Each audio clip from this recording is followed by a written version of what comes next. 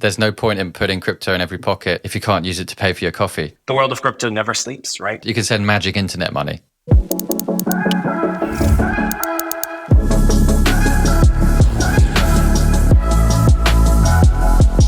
Okay, so welcome to the show. This is Crypto Chats, and I'm Jack. I'll be the host for today. I'm here today with Dan Stern, who's the CRO at Oobit. Dan, welcome to the pod. Great to have you here, mate. Yeah, thanks for having me. Appreciate it. Yeah.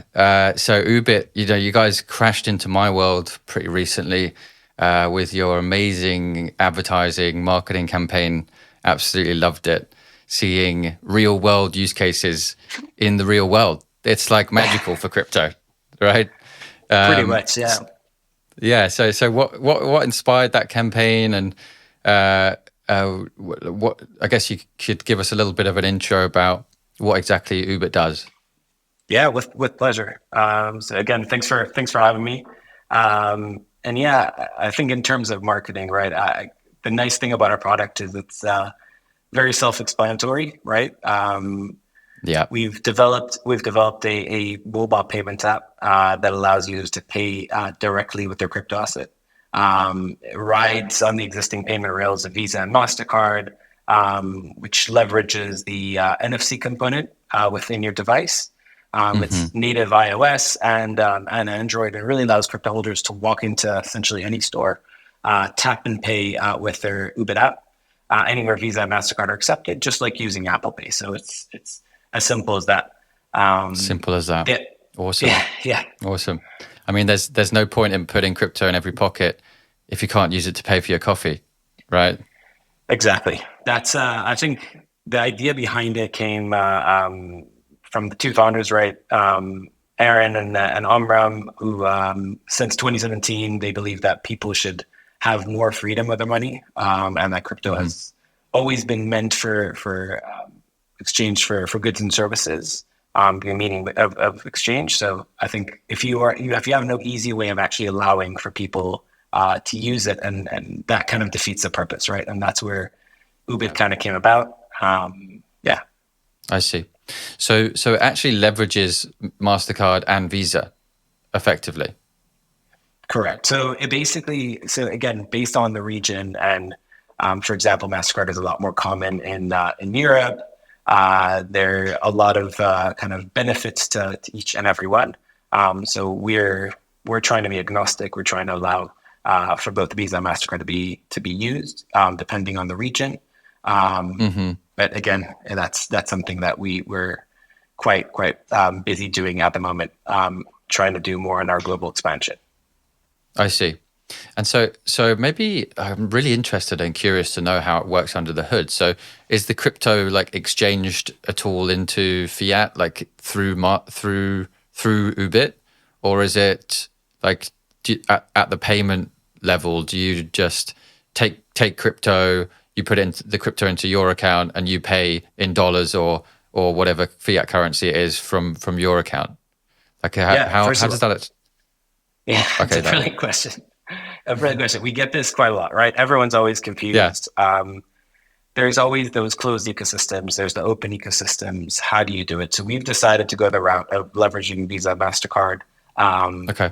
If you had to go and basically go to any merchant and said, hey, let me explain to you about crypto, about accepting crypto, volatility, there's quite a lot of things that could go wrong in the process where people don't necessarily know. They don't want to get into it. And we decided the way to remove that barrier and have and pretty remove that friction from the merchant is allowing for the transaction to be done in real time and with essentially fiat, right? So what we do on the back end is when a user goes, all you have to do is really download the app, deposit funds into your account, go through a quick KYC. And once you do, we issue a payment token in the back end.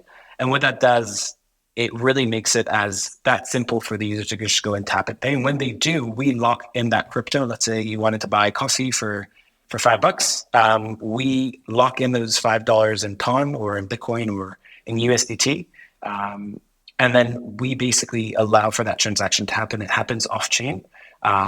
the merchant itself gets a transaction in fiat. They had no clue. You don't have to ask them if they're paying with crypto. You're talking about our marketing campaign. Yeah. We ask people are always confused. Why do you ask them if they accept crypto? They don't necessarily need to know. We just do it because we love seeing people's reaction when you say, can you pay with crypto? Like, oh, no, definitely not. I promise you it won't work. And then you're like, let me show you how I'm paying with TON or with USDT, Yeah. right? It just makes it much easier for just getting that reaction for essentially I see. for just for the giggles. But this might confuse them though, because the next person that comes in and says, "Do you accept Solana?" and all of a sudden they can't, no, yeah, they that don't. is true. That is a valid point to keep in mind for our marketing too. No, but I absolutely loved that campaign, and I've been sharing your clips far and wide, and even advising some of the other projects on TON to kind of take that attitude, because what we're really trying to do with TON is appeal to the much wider audience. Obviously, we've got 900 million Telegram users that are in the Telegram platform. They're not active crypto users. Most of them don't even know what crypto is. So, although there is a massive crypto community inside of Telegram, there's still a lot of work to be done converting people. And I think that's what you're seeing within our ecosystem now, is all of these applications targeting really new people in crypto with simple clicker games and tap to earn this and all of these simple things, right? Exactly. That interest people. I didn't know if I wanted to mention that clicking game, right? But that's gone wildfire, and even their campaign as well. You see it. You see grandmas on the tube, right? Literally just clicking away, which that is key, I think, and what again TON has been doing, and that just with Telegram, it's been so easy, and the distribution channel is huge. So I think you guys have done an amazing job. Yeah, and that brings me nicely to a good question I have for you, which is, when you were thinking about blockchains to integrate, like what excited you about TON? What was the interesting thing for you guys about TON, and are you actually integrated with any other chains at all? So it's a good question. First of all, TON is, I'm a big fan, specifically just because in the end of the day, it's all about distribution channels. And that's why I think TON has got pretty much the holy grail when it comes to distribution, again, with Telegram, and having that much of an easy transition of getting those people to be open to the world of crypto, making it super easy for them. Even with an wallet, right, which you could just have that a wall within your Telegram, you didn't even know existed there. You could always have that, and that's something that I see Telegram is pushing quite a lot. Is that usage of the wallet, which is super simple, intuitive. So I think that's one of the things that are very, very useful, and that's where we're trying to be kind of more that off-ramp for supporting that. So it's easy for you guys to get people onto crypto, and that's where we come in to try and allow people to be off-ramped into the real world. But we're in the process of becoming more multi-chain. We're open to it. Again, TON has been our kind of our flagship when we introduced USDT on top, and we're open to do a few more in the near future. There should be some news about that. Okay, yeah, that's great. I mean, at TON, we're certainly not. We want to be like the blockchain of blockchains, right? We want to become the entrance for every new user to come into crypto, or every existing user to start using crypto or top up their accounts into crypto, right? And that's where you've got these great onboarding tools like Wallet that you mentioned in Telegram, that can effectively, with the help of guys like you, become a multi-chain product, right? As you can top up your wallet in Telegram, and then every kind of initial start to a transaction, instead of having to set up an exchange account on Binance or on Bybit, you just go into the wallet in Telegram, top up your wallet account, send it to Oobit. Now you've got your ability to transact and buy things in the real world, but you've also got your ability to get into the degen stuff that everyone loves to do, like buy some meme coins or exactly. Invest in some liquidity pools or something like that. So Yeah, so I want to touch a little bit more about Oobit, and you recently integrated USDT on TON. What do you think are the benefits of USDT on TON, and how would you describe the difference between USDT on TON versus kind of other chains? Yeah, absolutely. No, that's a great question. So, listen, Tether, who are the leaders of the stable world, let's just put it like that. Plus, again, Ton, who have Telegram distribution channel, that's just a huge benefit to incredible organizations who are working closely together to bring adoption and ease into the crypto world. So, as I mentioned, we're just coming into that realm. Again, Tether are one of our investors. Okay. So we are very much into the ecosystem and trying to support all of those things are super helpful with getting mass adoption, and that's we're just trying to be in the leaders on the payment space and really creating a new category of fast and easy payments with the system. So that's our point of view is that, again, Telegram and Tether together sounds like just two big organizations working together. I mean, what could go wrong, right? So Yeah, exactly. that's why we're very easy for us. Exactly. It's the largest, most well-respected, renowned, trusted global stablecoin, with one 100%. of the world's most active used messengers on the planet. Coupled with one of the world's most scalable blockchains. Like you can't really go wrong. It's matches made in heaven, right? Yeah, and also, listen, you could. I'm just saying from my perspective, just being able to be a fly on the wall at Token 2049 in Dubai, right? I don't know if you had a chance to be there, but Oh, of the course, I amount was there. of the amount of people. I don't know if you looked back, but literally the amount of people were standing. I mean, the sessions were great. All the sessions were great, but the amount of attendance for that announcement was just incredible, right? So I think that just gives you the. It's not only us supporting it, but it's clearly there's quite a lot of people behind who are supporting both USDT and follow their every move, and as well for Tom.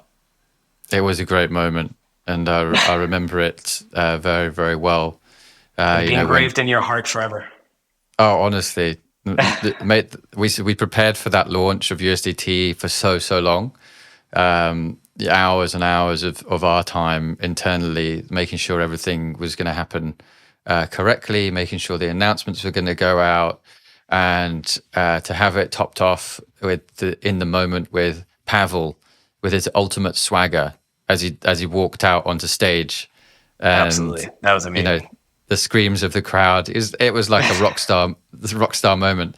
Describe to the viewers how packed that room was and what it was like being there. Listen, first of all, you could see that everyone knew what was going on, right? Everyone was there just because they knew there's going to be big news, and they all wanted to be there to hear the news. I mean, I was standing far in the back because I came only about 40 minutes early to hear the session before, and it was already packed because everyone just wanted to grab a spot towards the announcement. And it got to a point where it was that packed that people were just like, I mean, very classic a British thing to just queue without knowing necessarily why you're queuing. But everyone just asked me behind me, they're like, hey, what are we standing here for? I was like, well, there's a big announcement coming up. So it was just, everyone was there. Literally the whole conference was just waiting outside the door. So it's pretty awesome. Yeah, people were sitting on the floor. You know, I've never seen that in a business or an industry conference, a tech conference. 100%. People, like, the whole aisles were full of people sitting on the floor. The front of the crowd was all full. Just next level interest in what Pavel was going to say and what was announced. Paulo was amazing as well, right? He was on there, and just it was just having both of them kind of it basically looked like two good friends just announcing a partnership, which was it felt like you just felt the vibe of just Paulo and Pablo together, which was seemed awesome to be there. Yeah, and also Andrew, who was Andrew Rogozov from Top, who's the CEO of Top. They're the owners and creators Token Network. of at Wallet. Yeah. And so yeah, awesome times. So what has when you look at what Oobit's kind of working towards and what you've worked on, what are kind of the key milestones you'd say for Oobit so far, and what are some of the ones that are coming up? Absolutely. So I think for us, we are just trying to allow from as many people as possible to use our system. We're all about global expansion. We're doing a lot of work into introducing our product into new regions. It's something that is a little bit easier because we're backed by a larger FI, but it's financial institute for those who don't know, and it just makes it for us. That's the key thing we're trying to do. Is there's places in the world where inflation is hitting them pretty hard, and the local currency is diminishing. So allowing them to have the ability to stay in the world of crypto and have their daily transactions done with crypto. That's the most important part for us, and that's where we're putting a lot of our focus on. And then there are other developments that we're working on with quite a lot of exciting announcements that we're hoping to release very soon, both on product side and partnerships coming up. I see. So yeah, so that kind of very much fits with the Tether vision. Then I guess this is why Correct. Tether invested in you guys, because it's the underbanking or unbanked populations that you can serve with your product. I guess is very is along the right lines of what Tether wants to be doing, right? Yeah. It's not only unbanked. I mean, we're essentially there for everyone holding crypto, and the world of crypto never sleeps, right? So there's no bank holidays, no days off. So it just makes the ability for people to transact with crypto. We have another feature which we offer, which is allowing people to very similar to Venmo in the US. We're able to transfer crypto just by phone number. So then you could have that ability to send funds from, let's say you're in the UK, or you want to send funds to your friend or your brother or your sister in Dubai, for example. As long as they're onboarded onto the Oobit app, you'll be able to just do that within seconds. That person will receive a text message saying, Jack just sent you $10 on TON, for example, right? So you'll be able to just accept those funds and then start transacting pretty much anywhere around the world, right? So exactly. So the idea is like, as long as you're KYC'd and you're in the regions we support, you're able to transact and do that freely. Which is awesome. That's amazing. So that's not currently part of the app, right? That is part of the app already. Okay, so you can there's pay in store. Yeah, there's pay in store. There's also pay friends or pay by contact, where you're just able to send funds all by phone number. So you could send TON directly to someone. And if someone's not already part of the Oobit app, but I'm part of the Oobit app, would it send a message to them saying join the Oobit app and then claim this money? Correct. You're spot on. Okay, that's great. That's really great. So I didn't know that you guys did that. Actually, I thought it was just the cards. So basically, I can pay anyone globally in seconds with crypto, and then they can start using it for payments for anything. Exactly. That solves also that cross-border payments. I mean, it has to be in areas we support for payments, because there are places are restricted. Like in sanctioned countries, etc. But again, as long as you're onboarded into Oobit, you're just going to be able to send funds to that person receives it, gets a text message, completes his KYC, and then we issue a payment token as long as the second they sign up, and then you'll be able to transact within minutes. I see. That's awesome. That's awesome. And so have you ever thought about like a different off ramp to bank accounts or something like that, not to cards? Yeah, so that's a good question. We dabbled with that for a bit. We talked about it internally, but we decided to basically stick in fiat. In solely crypto and not get into the world of fiat. Because again, we wanted to make sure that this is we're not there to do large amounts. We're there to basically allow users to have their daily transactions, their everyday coffee. If you're going out, I mean, I see. I think we talked about this internally, where we kind of try to analyze the data, and you see that quite a lot of people usually spending around kind of 4 o'clock buying beers after work, right? Happy hour. It's a lot of things are more on the day to day transactions, doing it very very easily through our system. I see.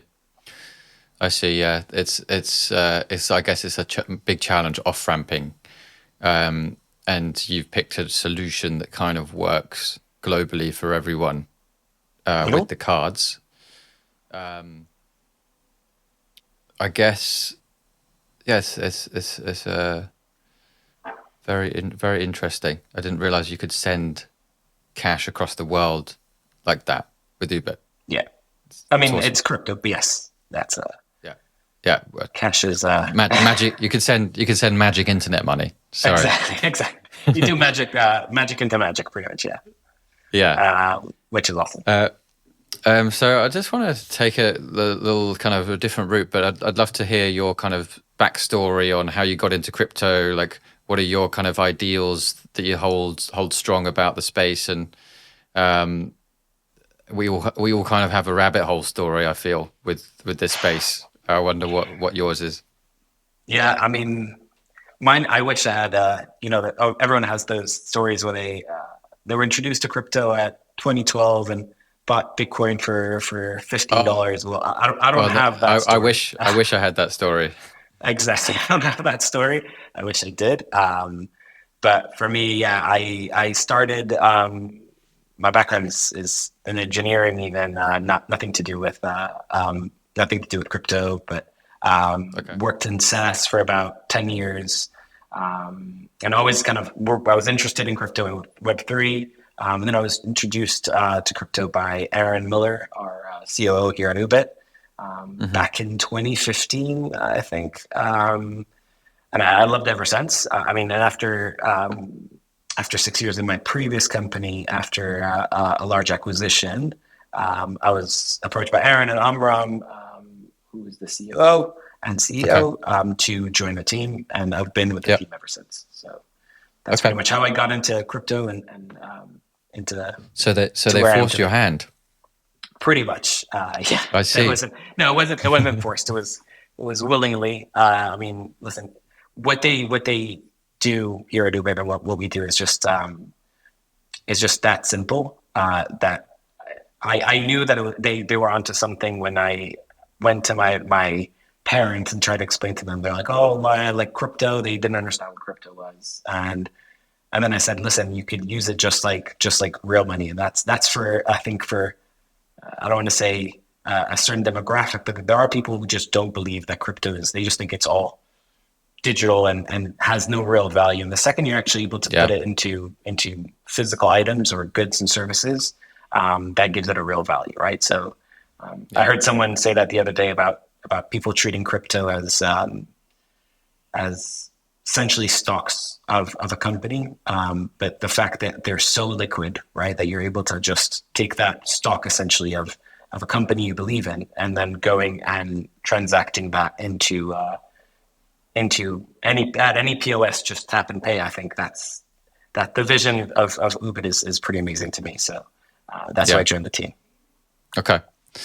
Yeah, I think payments is like, it was the original kind of bastion of what exactly crypto should be used and used for.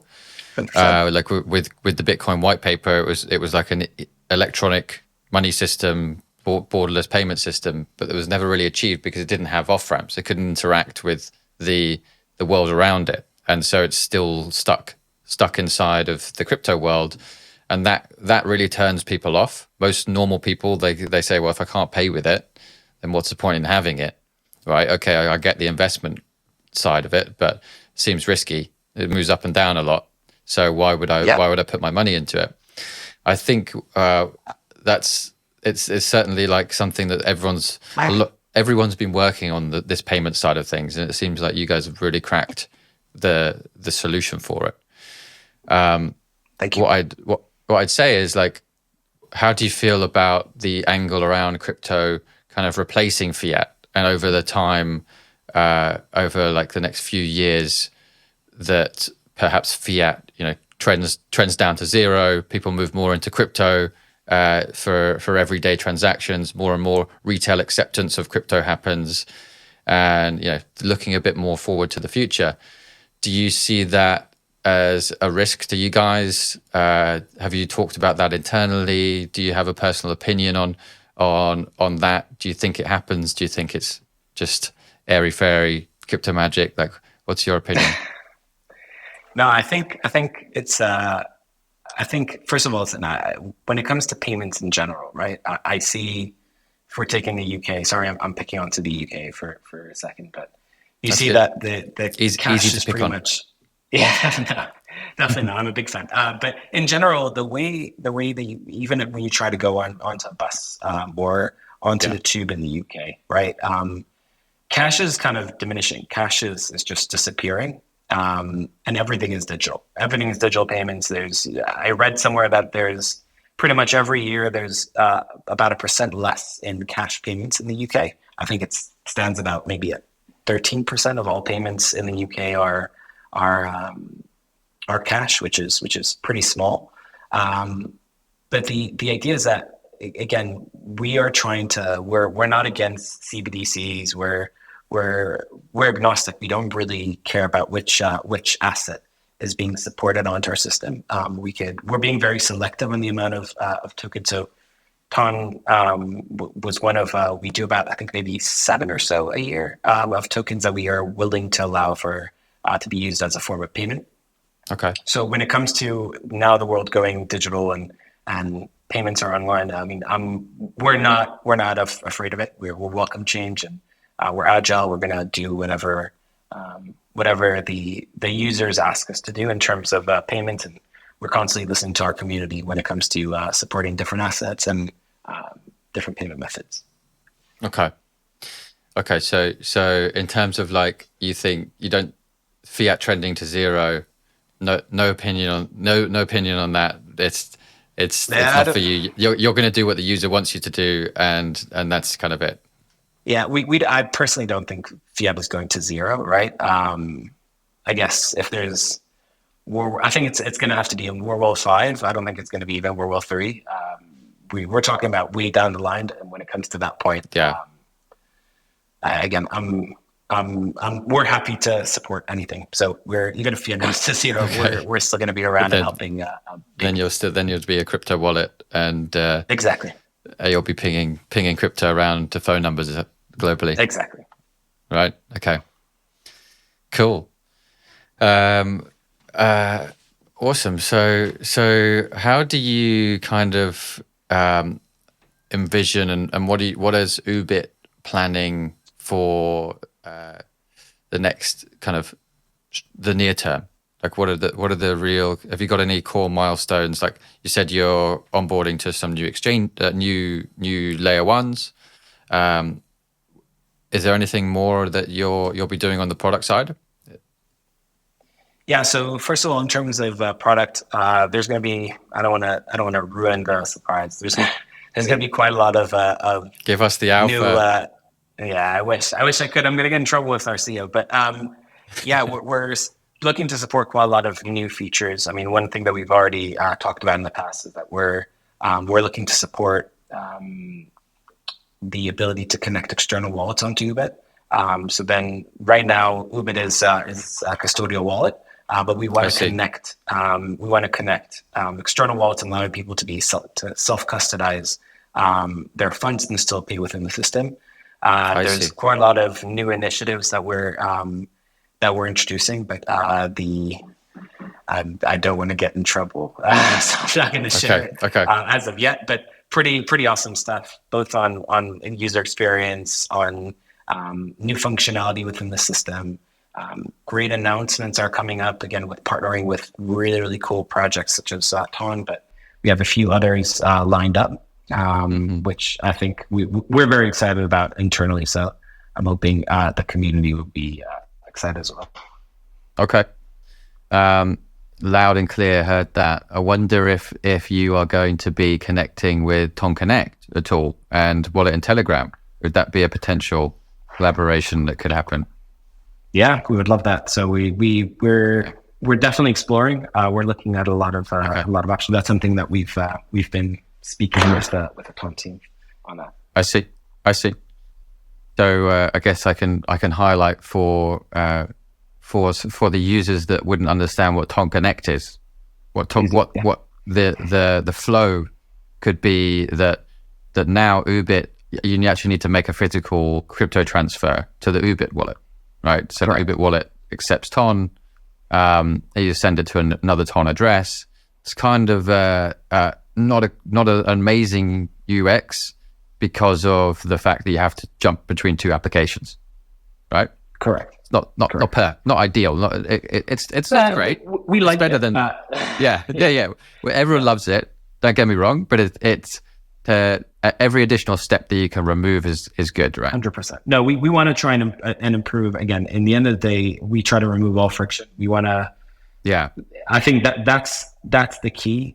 Users in general, all they want to do is it's the world we live in, right? I don't want to say Gen Zs or any Gen out there. It's immediate gratification. Everyone's all about immediate gratification. So people just want to be able to start tapping immediately and get that feeling. So one of the things that again we're definitely exploring is connecting with external wallets and doing that within a click of a button, as long as you're KYC'd. So that's something we have to follow very strict regulatory requirements. Then we have to make sure that all the users are verified. Everything is done directly through the system.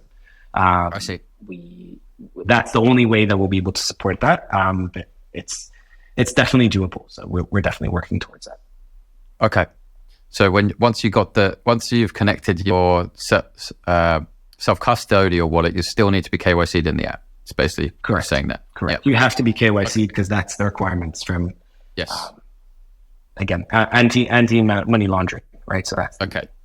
So from a user perspective, what Ton Connect what integrating with Ton Connect would enable you to do is go straight into Oobit and fund your wallet via Ton Connect, which would mean any of the Ton wallets, which could mean wallet in Telegram, which would mean Ton Keeper, BitGet wallet, all of these Ton wallets. You can just click connect your wallet direct to Oobit's app and fund as much Ton as you want, or USDT Ton to the Oobit app.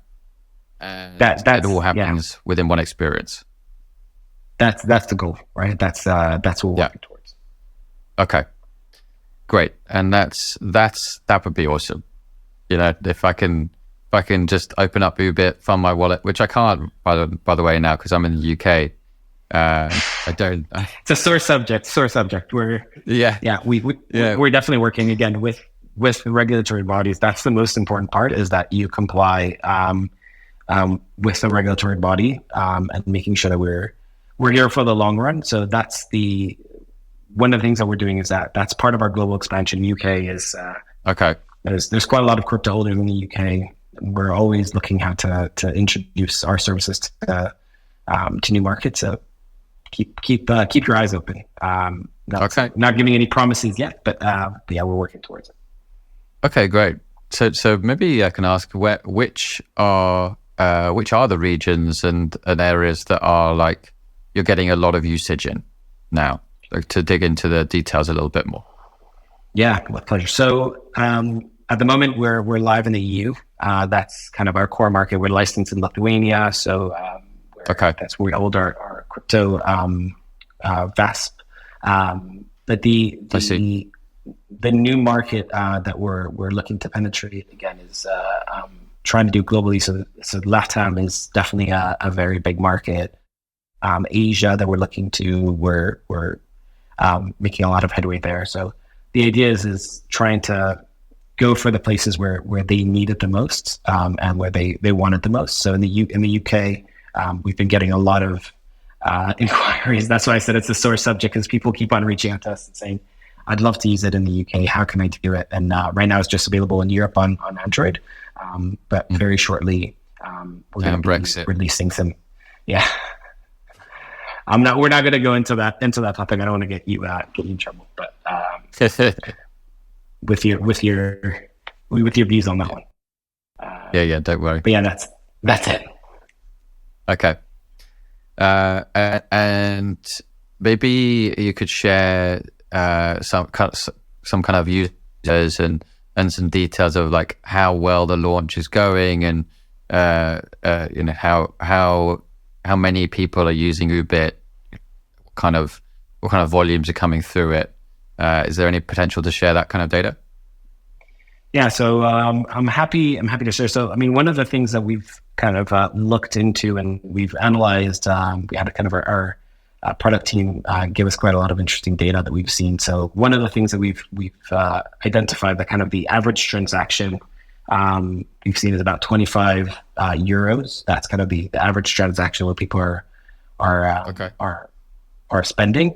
About, I want to say, 80% of the users are also returning users, so they use it on a daily basis. So that gives you a little bit of positive encouragement when you're seeing someone using, let's say, for example, buying their coffee after work or the beer after work, buying with TON, right? That person still keeps on coming back. It's good encouragement for you. Clearly doing something right, and it's super simple. That makes it easier for the user to come back. And also we've seen quite a big uptick. 80%. Yeah, about 80% are returning users. Wow, that's good. And yeah, another thing that we've seen is also quite a lot of deposits with USDT on TON, which is getting a lot of traction. That's great. And I think that's important to note for viewers, because people are interested in how well TON projects are doing. I think a lot of the industry now is and you're not a strictly TON project, but you're focused on us, which is great. It's great to see how well the TON community and how well your activities are converting into real business value for you. Yeah. Because, at the moment we're doing a massive push. We're internally to get a lot more developers in the ecosystem to help them see the value of, like, on TON, it's a little bit different because you already have users to convert. You already have people that can come in and build a business a lot quicker than if you're on other chains where, if you're building there, they're kind of out in deserts, so to speak. And the analogy I like to use is on TON, you have your real land with footfall. No, I like that. I mean, I don't know if I'm getting in trouble for mentioning other projects on the TON network, but I mean, talking about that hamster combat, right? This is an open discussion. Yeah, of course. No, so you could see. I mean, listen, it's funny. I mean, I'm not actually the biggest player on the hamster combat, but you could literally see the amount of people just tapping away on that, right? That I think they've released some incredible numbers that they've had. Was it 150 million users? Yeah, within like 2 months, right? So it's just crazy the amount of usage they're getting, which just shows you the power of Telegram and TON, which I think is really, really cool.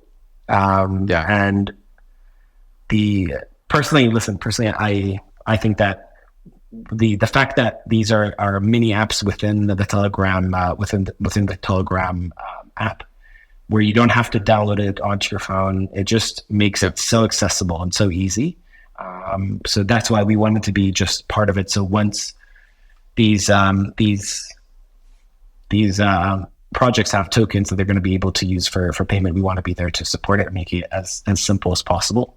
So that's why we're big believers on TON, but it's great. So that's a commitment to listing hamster token. No, I did. Let's just see that there's a token first. Once there's a token, but yeah, I mean, we're not opposed. Again, if we're talking about that, we're not opposed to supporting meme coins. We're not opposed as long as there's strong community behind it. There's strong desire for the community to spend. As long as it's a reputable project and has good backing behind it, we're not against listing anything. So we are open to anything. Very cool. Very cool. Yeah, and I want to touch on something you said around, the projects now launching on Ton. You mentioned like the mini apps that open direct in Telegram, and these games that are acquiring hundreds of millions of users in the case of Hamster Combat. This for me has been a kind of very surprising thing. Working with these projects a lot, it's made me see, and it's given me a good perspective that I think this is what's developing here is actually a new way of launching tokens in general. And it's actually a new meta for launching tokens entirely, because what we see in the crypto space is a lot of VC-backed tokens that have private rounds, that have private investors, everyone that dumps on the market. People are very anti those types of tokens. You see this whole narrative that came out about high, fully diluted valuation, low float tokens that have come out onto the market. Like this problem is existing because there's not a community focus and people are just using crypto as a money grabbing tool, in my opinion.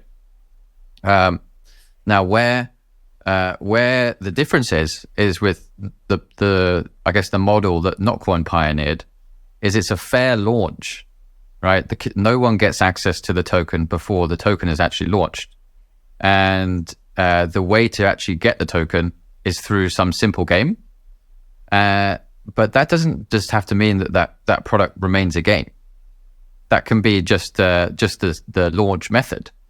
So everyone goes through the same process of basically qualifying themselves for an airdrop, right? And instead of it being like complicated on-chain actions where you've got to learn how to do self-custody and you've got to learn all of these different things about crypto to even get involved.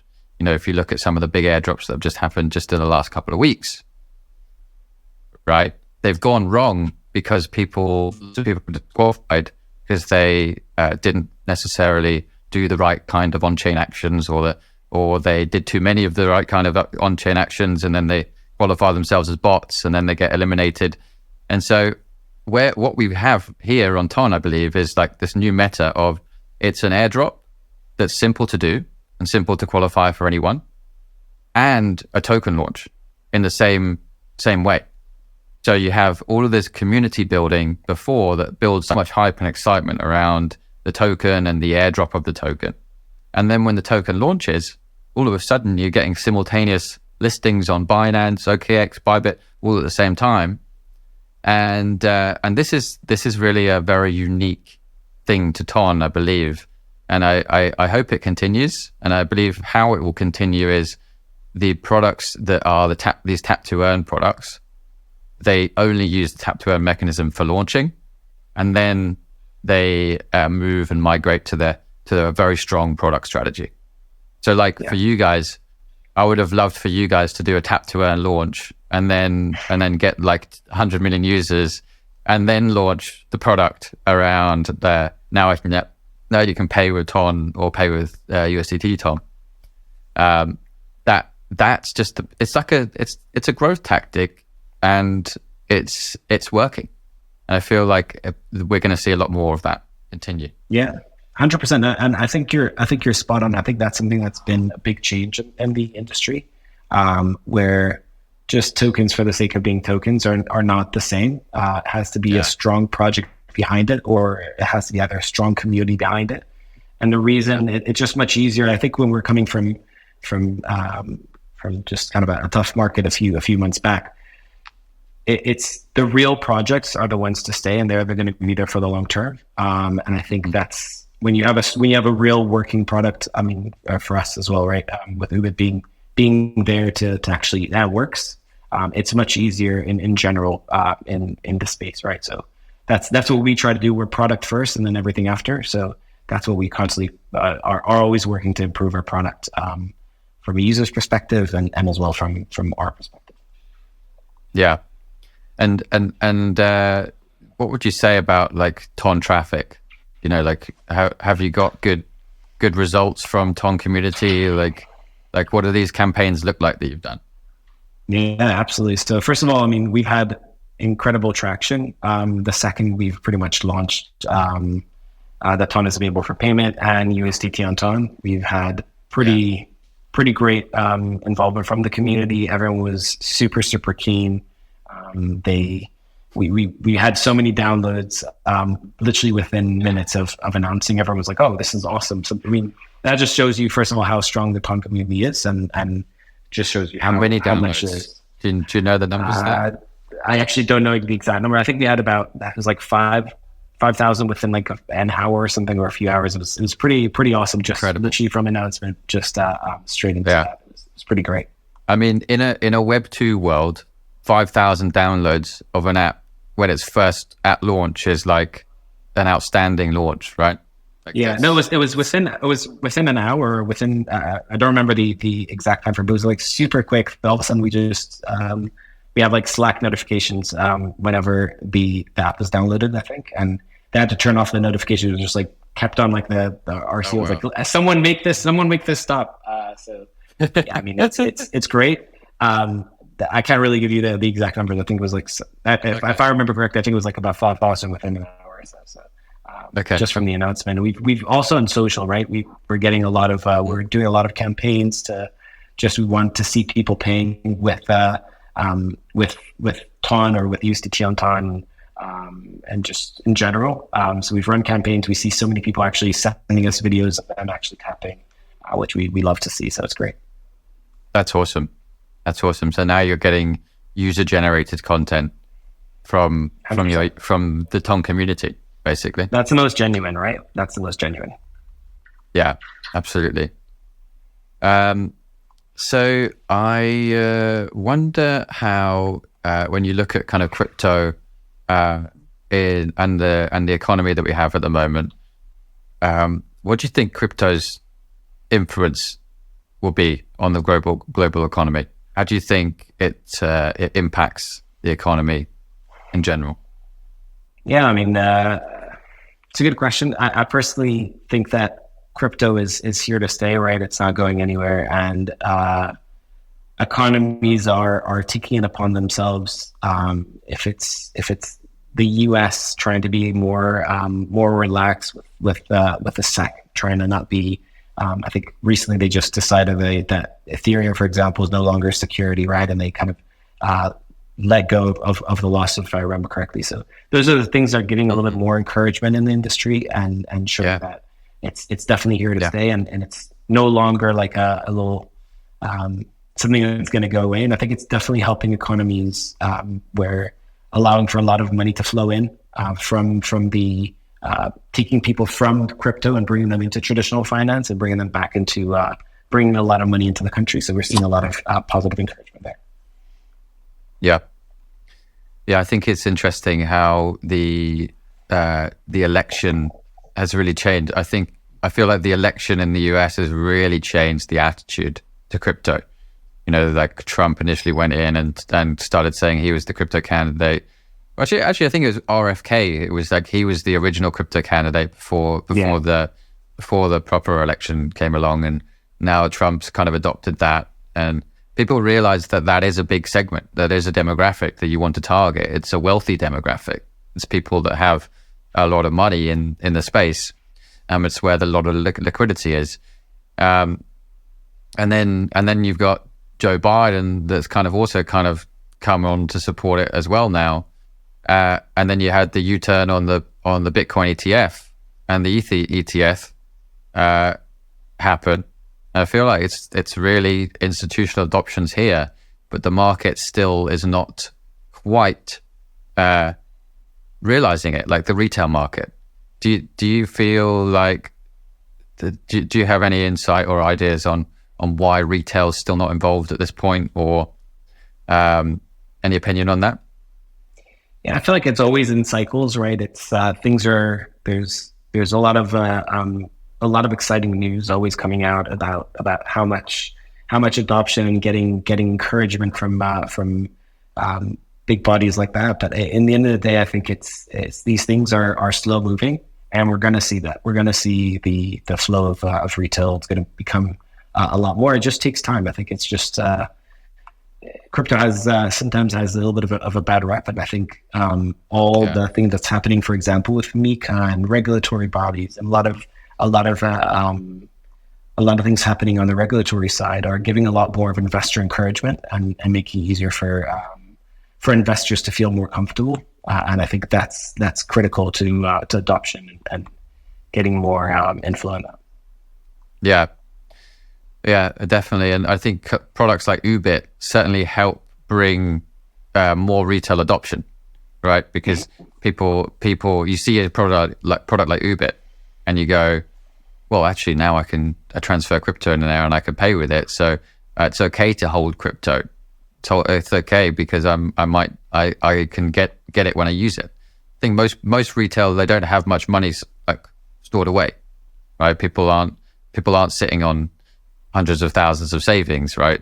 So it was not the case actually. There was some chart that I saw where in 2021 people were actually sitting on quite a lot of savings, and now it's not the case anymore post COVID.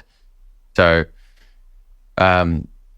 interesting to see how products like Oobit, products like Wallet can reignite retail engagement and excitement in the space. Do you agree with that? Do you think?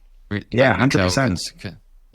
Yeah, 100%. I think the fact that, again, that's how I see it. At least just even from an outside's perspective, as long as you know that there is ability for you to get your money out and actually use it, it makes it less of a I'm just going to put money in and I don't necessarily know how I'm going to get it out, or do I have to go through a rigorous process, right? It just you could just use your crypto for slowly. If you, for example, you bought any token and it's gone up a bit, you could enjoy the fruits of your earnings, and still be in the world of crypto and hold. So it just makes things a lot easier for those users. Yeah, it's actually what Revolut has done quite well. Is this kind of model of like, we're a bank, but you can also invest in crypto. You can't spend crypto. You need to exchange it back to fiat. So they don't have an Oobit model, right? Like they're not that good. But it's definitely working for them. And what do you feel like? What are in your mind, like some of the main features that need to happen for mass adoption? Like if we're talking, TON has this goal of like, we need 500 million users on TON by 2028. What do you think are the main ways that's going to happen? Yeah, I think. Listen, we've talked a lot about the distribution channel, right? I think that's personal, right? That's the most important, and the fact that as long as you're able to bring real value, right? If it's appreciating value and allowing people to get some sort of a kick out of it, if it's financial gain or whatever it is, just makes it much easier for people to see a trend that's helpful for them. If it's I don't know, you have some money saved up that you see that the blockchain is something that you believe in and see. You see at least you see it going somewhere. So I think that's going to get a lot of adoption. I think TON is great with having entry level things that are not super techy, super complicated, and making that a little bit more accessible. And having things like Oobit that even once you're in, having the ability to always have that ability to get out, I think that's the important part, in my point of view. Yeah.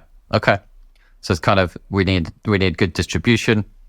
We need great simple user apps, and we need to be able to get in and out at will. Exactly. Yeah. Right. As long as you've got flexibility, I think is that kind of how it's sum it up. Okay.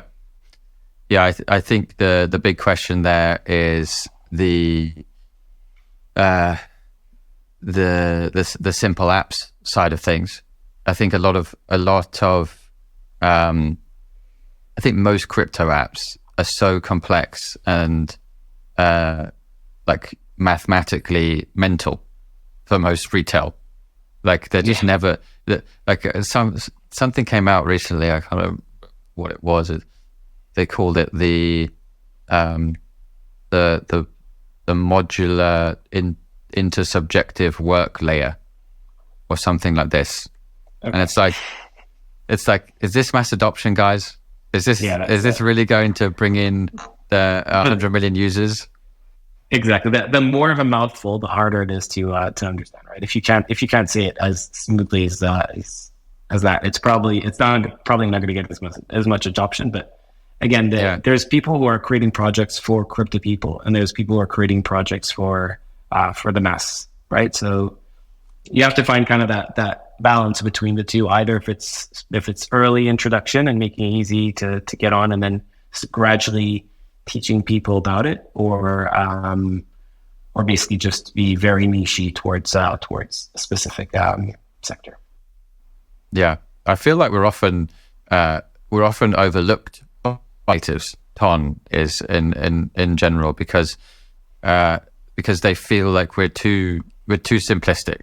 We're too it's too much like gaming. It doesn't have an intersubjective work layer involved. It's not cool for the crypto crowd, right? Honestly, it's kind of crazy to me, because all these people they want their activity to be they want more people in the space, but then when it comes to bringing in more people in the space, they don't want to dumb it down. Right? Yeah, 100. Listen, we're very much a believer of KISS. Yeah, we're very much big believers of KISS. Keep it simple, stupid, right?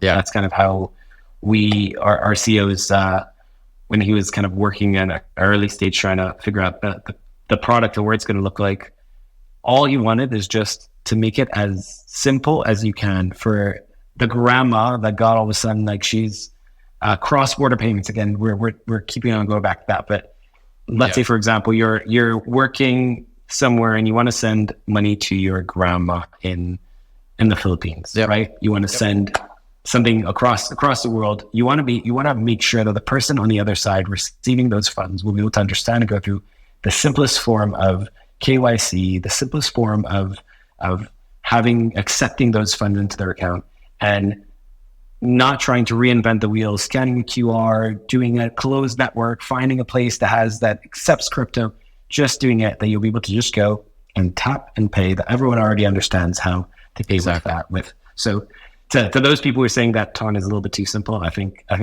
simple for the win, right? I think that's, in the end of the day, that's what's going to win. Exactly. I couldn't agree more. And Dan, it's been an absolute pleasure having you on.